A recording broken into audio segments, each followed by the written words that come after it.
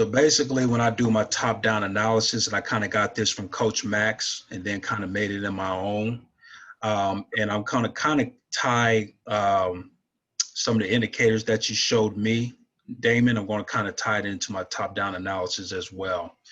So typically, this is TradingView, and I've already told you about this, Damon. And I'm going to show you exactly why a lot of people use TradingView, which is just as effective as using MetaTrader 4 from the desktop. It's the same exact thing. So typically, what I do is you have a lot of different tools here that you can use to trade in the market. So you're going to have your trend lines, your horizontal raise, your vertical raise. Then at this point you have your rectangle, your rotated rectangle, and eclipse, which is real good for kind of spotting support or resistance. The rectangle could kind of symbolize as marketing structure. The horizontal the horizontal line could be the same thing. So it's a lot of different tools that you can use in TradingView to really mark up your charts. So I'm going to kind of just go into how I do it. So I have a list of rules here that I've written down, and I learned this from Coach Max and Tradera. So basically I go over these rules to just basically do my top-down analysis and break down marketing structure. So the first thing I do is that I go to the daily time frame, and then I switch to the line chart. And my goal is to look at the recent high and the recent low just to see where everything is at in the daily time frame. So what I do is I choose the horizontal line, and basically I find the most recent high, which is right here. So the next most recent high. So I place it here, and basically I label it as daily support or resistance. So that way I know what they are. And then I find the most recent low as well. And so basically the most recent low, I just put right here. Right there, that looks good. And so now I know where the daily time frame is as far as support and resistance is concerned. So then when I get to that point, I look at my rules and I automatically switch to the 4-hour time frame.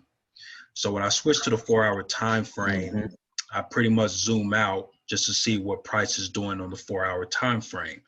And then once again, and I might have to pull my tools up since I got this in a way with the zoom. So then I basically take my horizontal lines here, and then basically I mark it up where support and resistance is respected. So as you can see here, there was a lot of support here, and it went up. But then when you look below, that's your zone, right? Yeah, your zone. Exactly, but actually when you look below here, it hit a lot of resistance here, and then it went down, and then it broke the trend line. But then as you can see over here, it was respected as resistance. So that's the first line I'm going to put, and I'm going to put this as the 4-hour line as well. So then basically I do the same thing. So then when I look here, I see, okay, there was support here, but then as you look here, there was resistance. Okay, so we're getting somewhere. So then I kind of scroll down here. There was support hit here. There was a lot of support hit here, but then you see there was a lot of resistance here. So then I basically just mark it up to where support and resistance is respected, because it gives me an idea of exactly where price is going. And so I'm going to finish doing that. So that's pretty much a good markup. So then the next thing I do is I move the charts, and I see that the market is continuing to go up into an uptrend, and it's creating new support or resistance. And you see that it's spiking to new heights all the way up here. So then the question I ask myself is, what exactly type of pattern is this creating? We know it's an uptrend. So I'm going to take my trend lines and I'm going to actually do this here. because then now I'm going to try to figure out what exactly type of trend this is. Let me move this over. So that's what I'm going to do. Now, I also tend to draw an arrow here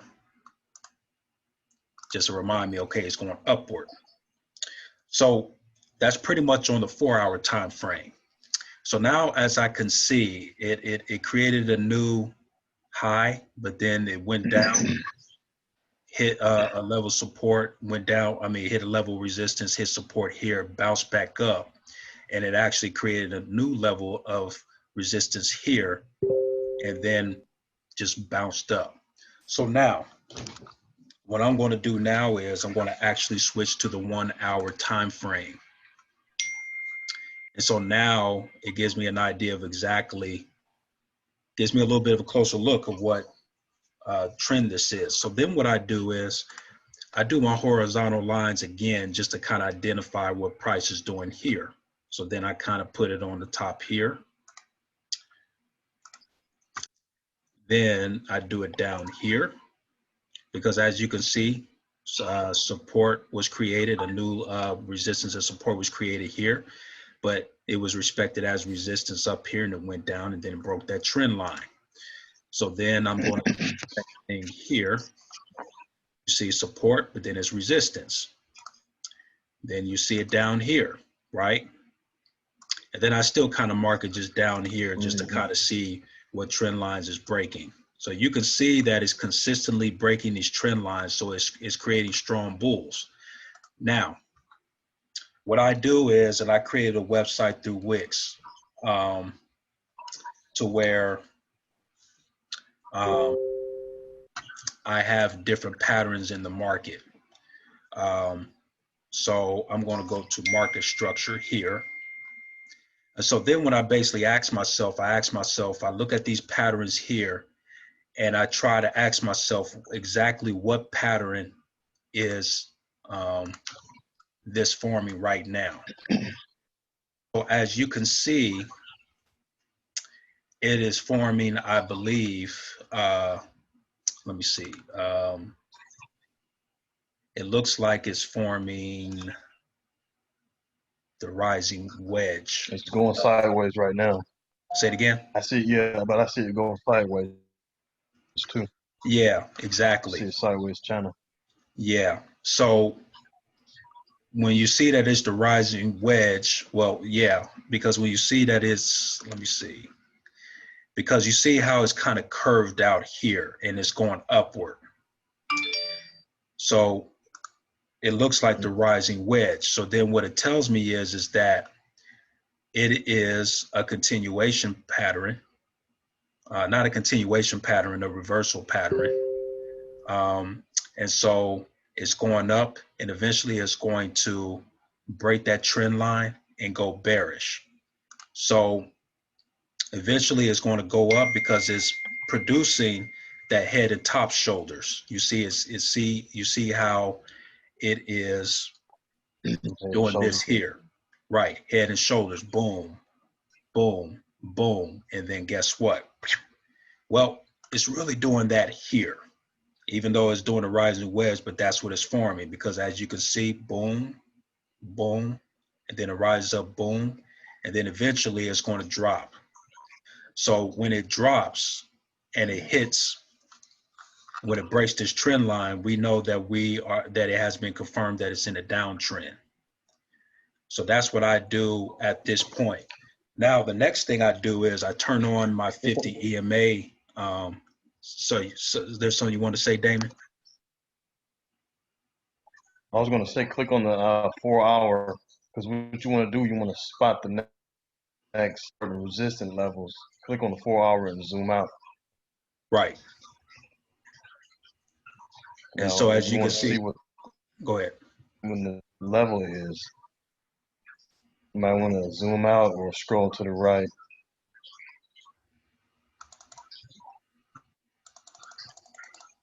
And if you have to, you might have to click on daily, because you want to see when the next level is, the next support and resistance. Right. And so as you can see in the daily, it's still There it is. rising up.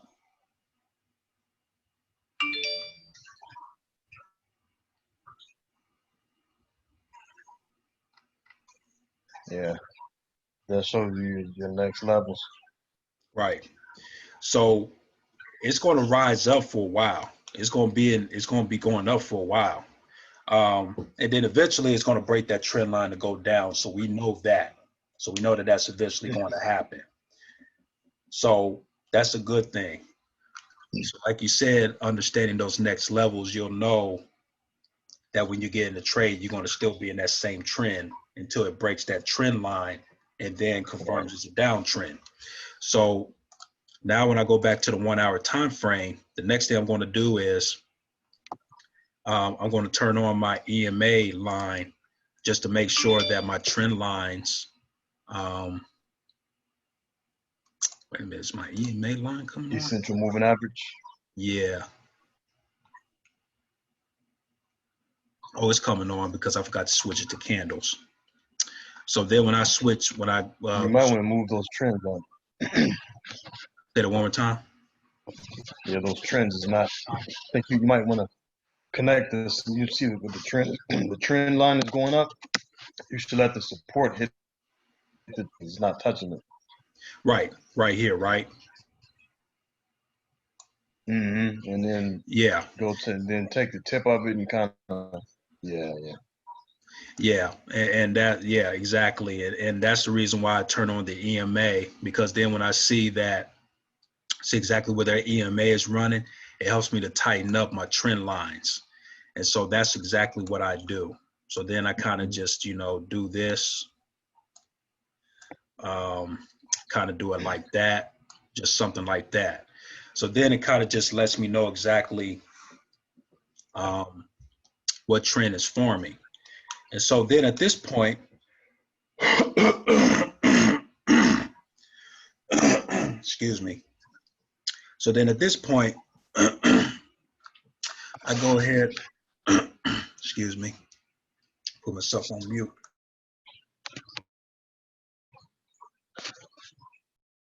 I see a new head and shoulders being formed.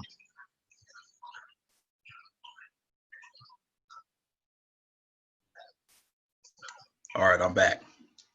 Yes, that's exactly what I see. So when I look at this pattern, I just know at some point in time, eventually, Right there. it is going to take a huge drop. It's going to break that trend line, and we're going to see all bears. We're going to see grizzly bears, polar bears, black bears, all of them. All right, a little bit of humor. So that's what we know. So at this point on, I'm going to switch to the 15-minute. And so now what I kind of do is, and this is where I'm going to kind of tie into the indicator that you told me about. And Chris, this is the indicator that me and Damon had discovered next to the indicator we've been testing. So then what I'm going to do is I'm going to turn on support and resistance just to see where support and resistance is here. All right. And then I'm going to also turn on the SAR.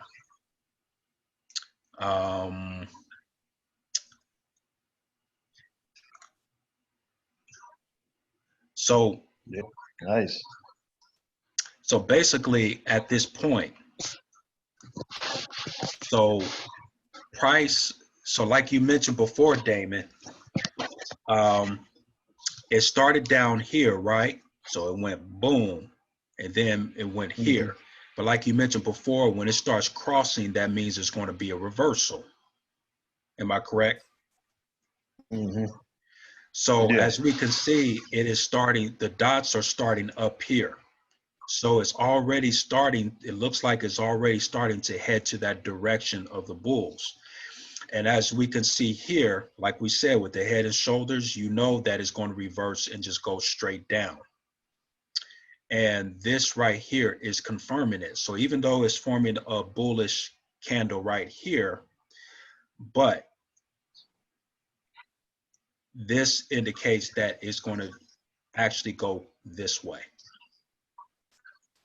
So at this point, what I would do is I would actually just sit and wait for a bullish candle to actually form. And then what I'm going to do is I'm going to say, okay, I know it eventually is going to break this trend. So what I'm looking for at this point is I'm going to draw this rectangle, and I know that this is distance up here for a loan. And so I say, hey, this is the last activity of resistance that we've seen so far. So it's going to go down. Then my analysis is I'm going to click this here. I'm going to draw my arrow. So in order for it to confirm that it's going to a downtrend, it's going to have to go down here, hit resistance, and then spike down. So what I'm going to draw is I'm going to actually draw another rectangle. I'm going to draw another rectangle just across here. And that's what I'm going to be looking for. Whoops, let me do this.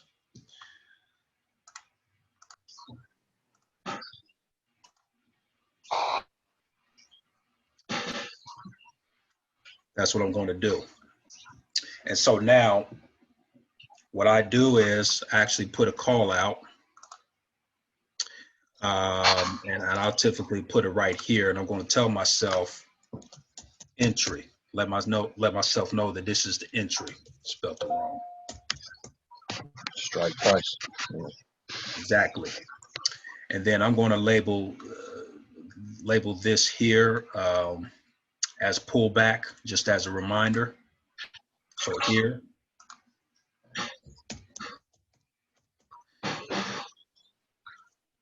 Bam. And then I'm going to label, what I'm going to do is I'm going to grab my info line here, put a line here, TP1, and then put the numbers in, 1.18, 155. Take profit, yeah.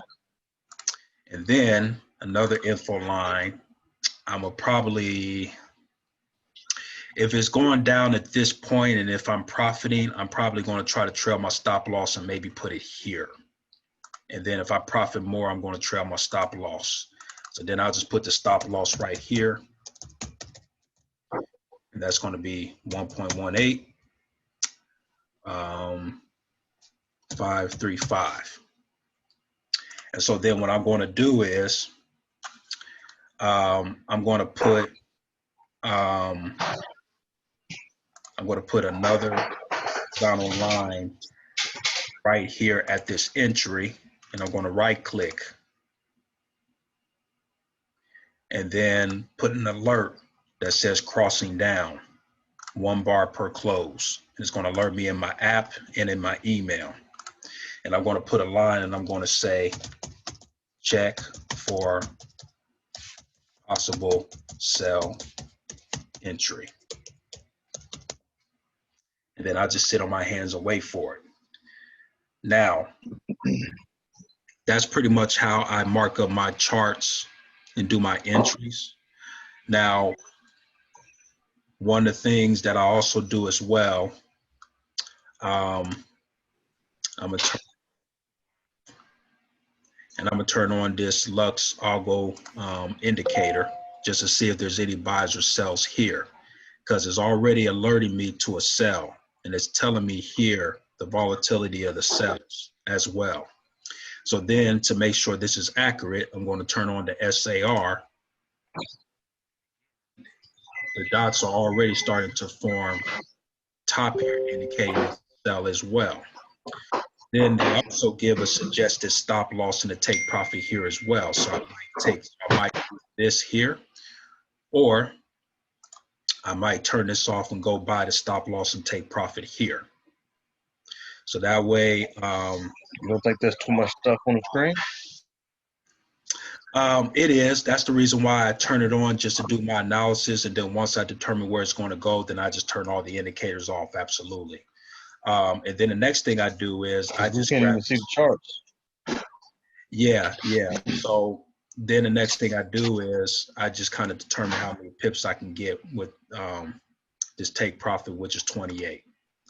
And then basically what I do is just to try to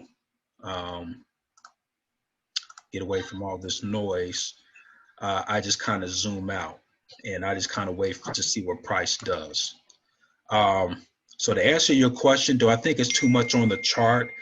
A little bit, but it's not too much to where it's not going to distract me because I have an idea what price is going to do. Now, if it is too much, then I will basically just erase some things on the chart so I can see what I'm doing. That's typically how I do my top-down analysis. And then that's pretty much it. Um,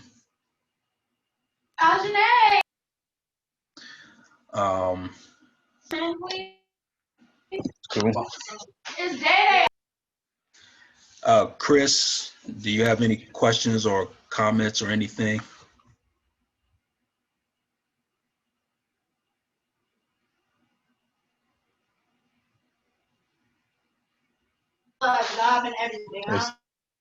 Is his speaker working? Yeah, he's typing his chat. He said, all good, thanks. Okay. Okay, cool. I'll go ahead and stop the recording for this.